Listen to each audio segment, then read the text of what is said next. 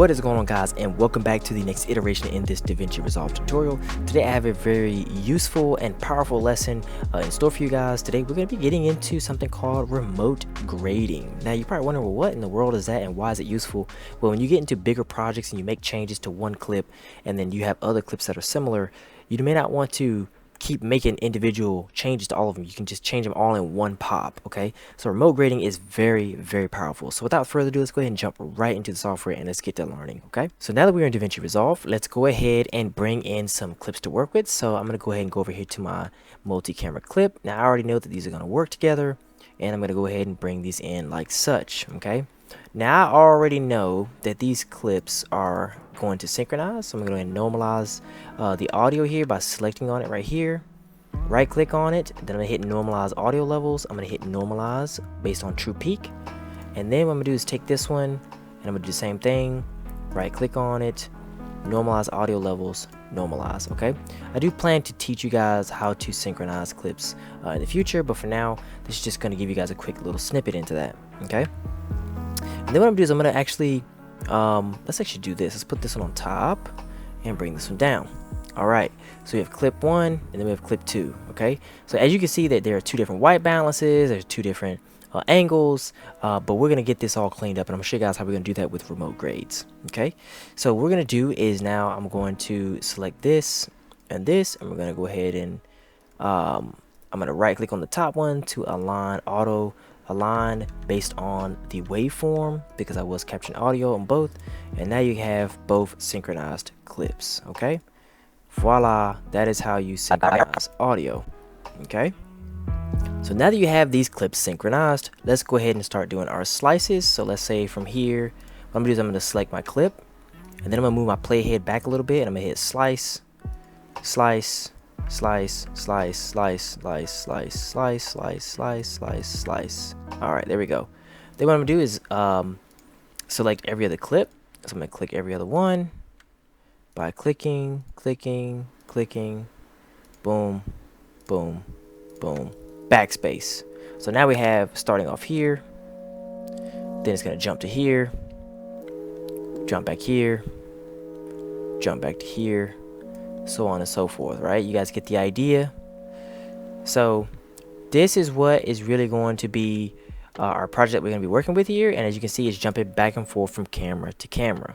Okay, now let's go into our color page, and now you see we got all these different clips. Right, now the normal inclination is to you're going to want to individually do this. So you're going to say, hey, this is obviously too cold, or this needs to be white balance, and this is not, you know, whatever.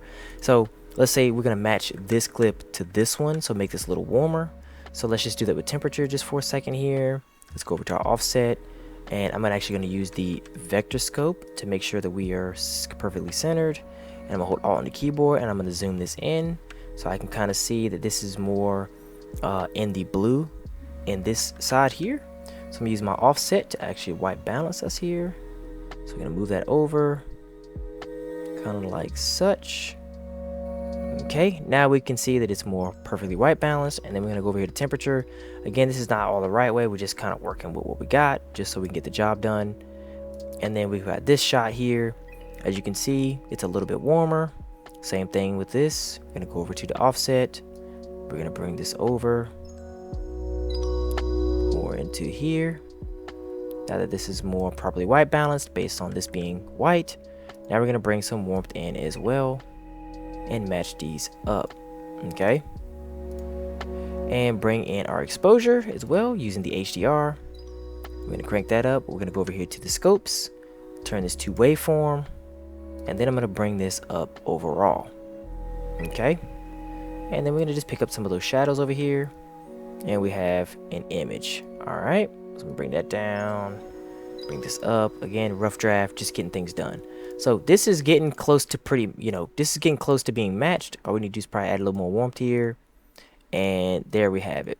Okay, this is a little dark though, so we just go ahead and go HDR, boom, boom, boom, boom, boom, HDR, boom, boom, boom, boom, boom, and that is pretty close. All right, so now that we have those pretty closely matched, when you hit play here, I'm gonna jump over to here, Not bad, but up. Now we go back to our old look.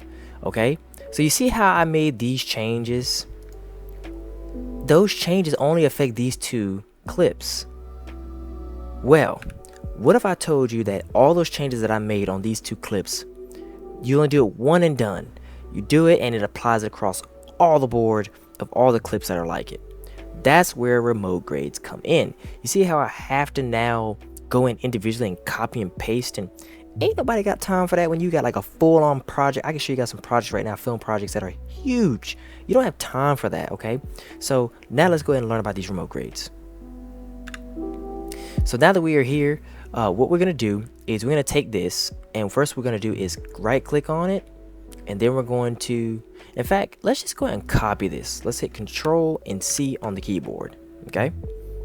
Then what we're gonna do is we're going to right click on this, and we're gonna go to use remote grades right here. You guys see that?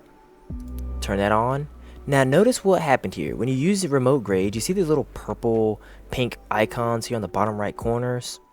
Okay, these are all the clips that are related to this original clip that I have selected. If I select this one, it's not showing me any other clips because there is no other one related to it. That's because if you look at our timeline, we didn't actually slice it. There is only one clip.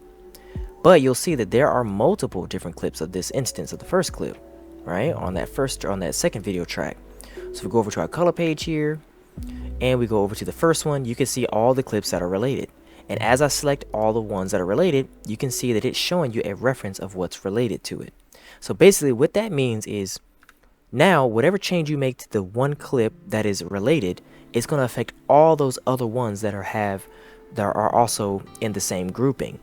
So this is why we call it remote grading, because you're remotely color grading all the other clips that are relative or related to the one that you're on. So now let's jump into the software and let's see an iteration of this.